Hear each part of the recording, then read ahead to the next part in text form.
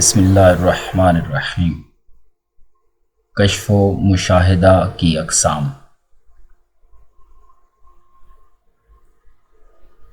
اول یہ ہے کہ اللہ کریم پردہ ہٹا دے اور کوئی چیز واضح دکھائی دے اور سمجھ میں آ جائے، مگر یہ سب اللہ کریم کی عطا پہ منحصر ہوتا ہے۔ جو بات واضح فرمانا چاہے اس کا احسان، اور جب چاہے اس کا احسان، اور جب چاہے وہ کرے۔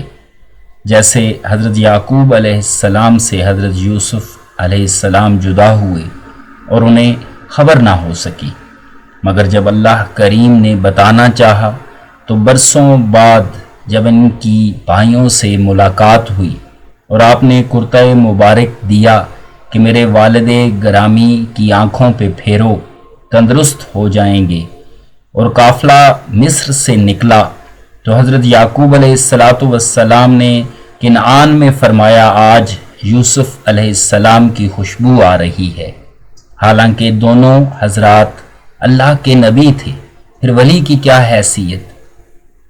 دوسرا طریقہ الہام و القاء ہے، یعنی بات دل میں اتر جاتی ہے اور اس پر یقین کامل نصیب ہوتا ہے۔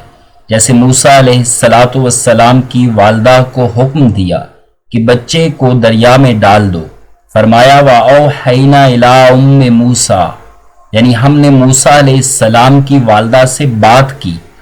یہ اسی طرح ہوتی ہے کہ ان کے دل میں بات اتر گئی اور انہیں اس قدر یقین ہوا کہ واقعی بچہ دریا میں ڈال دیا، مگر یہ صرف ان کے لیے تھا۔ اگر بنی اسرائیل کی دوسری عورتیں ان کے وجدان پر عمل کر کے بچے دریا میں ڈال دیتی تو وہ غرق ہو جاتے۔ یہ قسم الہام یا وجدان کہلاتی ہے۔ ان تینوں صورتوں میں تھوڑا فرق ہوتا ہے جو آزمایا جا سکتا ہے، لکھنا شاید ممکن نہ ہو۔ تیسری قسم یہ ہے کہ فرشتہ ظاہر ہو کر بات کرے، جیسے حضرت مریم علیہ السلام کا واقعہ کہ حضرت جبرائیل علیہ السلام ان پر انسانی شکل میں ظاہر ہوئے اور بات پہنچائی۔ یہ دونوں عظیم خواتین نبی نہ تھیں۔ سو صوفی کے مشاہدے، کشف یا الہام و القاء اور وجدان کی یہ صورتیں دین پر یقین کو مستحکم کرتی ہیں، کتاب و سنت کو سمجھنے کی توفیق عمل نصیب ہوتی ہے۔ لہٰذا یہ کہنا کہ صوفی نکمے ہوتے ہیں سخت غلط فہمی ہے۔ یہ لوگ ہمیشہ بہت زیادہ کام کرتے ہیں کہ انہیں توفیق الہی نصیب ہوتی ہے۔ ہاں، نقالوں کی بات الگ ہے، مگر ہمارے نام نہاد دانشور نقالوں کے قصے لکھ کر دین کے اس اہم جز کو بدنام کر کے مسلمانوں کو اس سے محروم کرنے کا سبب بن رہے ہیں، الیاذ باللہ۔ کشف و مشاہدے کا ایک درجہ اور ہے جس میں اشیاء یا بات واضح نہیں ہوتی بلکہ تعبیر کی محتاج ہوتی ہے، اور ایسی بات یا مشاہدہ جب طالب شیخ کو پیش کرتا ہے تو وہ اسے تعبیر سے آگاہ فرماتا ہے۔ نیز یہ سب نبی کے معجزہ کی فرع ہوتی ہے، جیسے نبی کو نبوت کے ثبوت کے طور پر معجزات عطا ہوتے ہیں جو دلیل نبوت ہوتے ہیں، لہذا ولی کو باتباع نبوت کرامات عطا ہوتی ہیں جو دین کے قیام اور حق کے اثبات کے لیے ظاہر ہوتی ہیں۔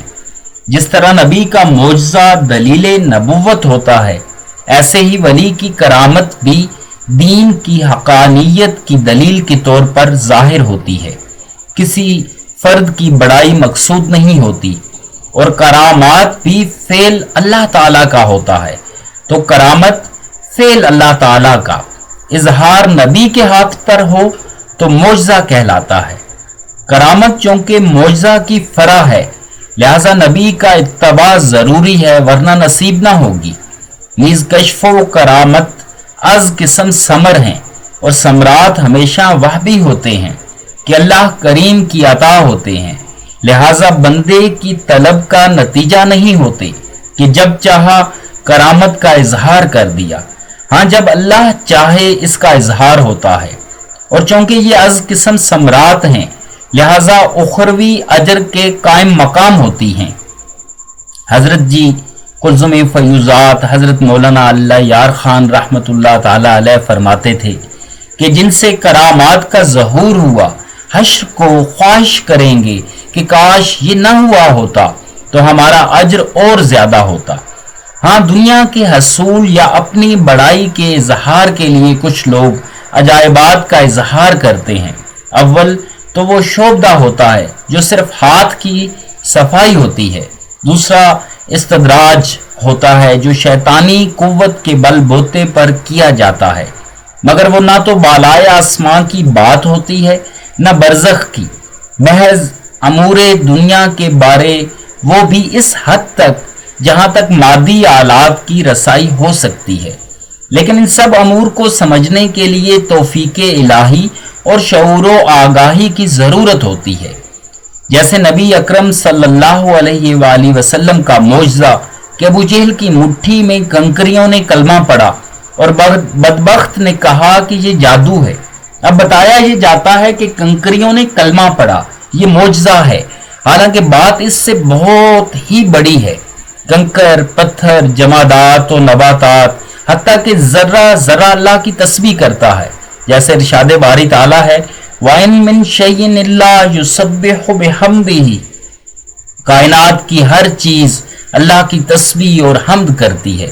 تو پتھر، کنکر، پہاڑ، دریا ہر آن ذکر الہی میں مصروف ہیں، ہمیں ادراک نہیں ہوتا۔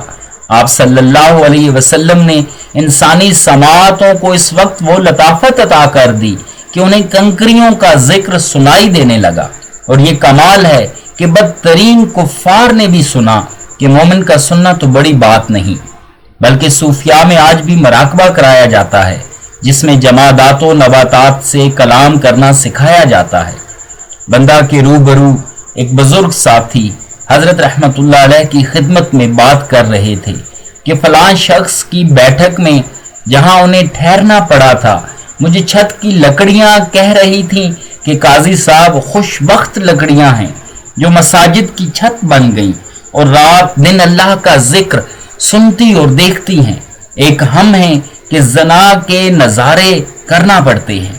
تو حضرت رحمت اللہ علیہ نے فرمایا کہ وہ تو نیک آدمی ہے جس کی بیٹھک تھی، تو عرض کیا کہ اس کے بیٹے بھتیجے جو نوجوان ہیں ان کا کردار ایسا ہے۔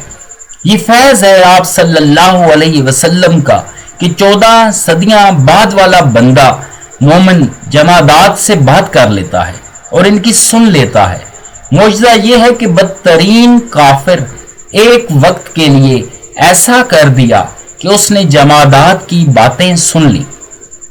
معجزہ نبوی صلی اللہ علیہ وآلہ وسلم کا اصل تابناک پہلو یہ ہے جس کی طرف آج شاید کسی کی نظر بھی نہیں جاتی۔ یہی حال کرامات اولیاء کا ہوتا ہے۔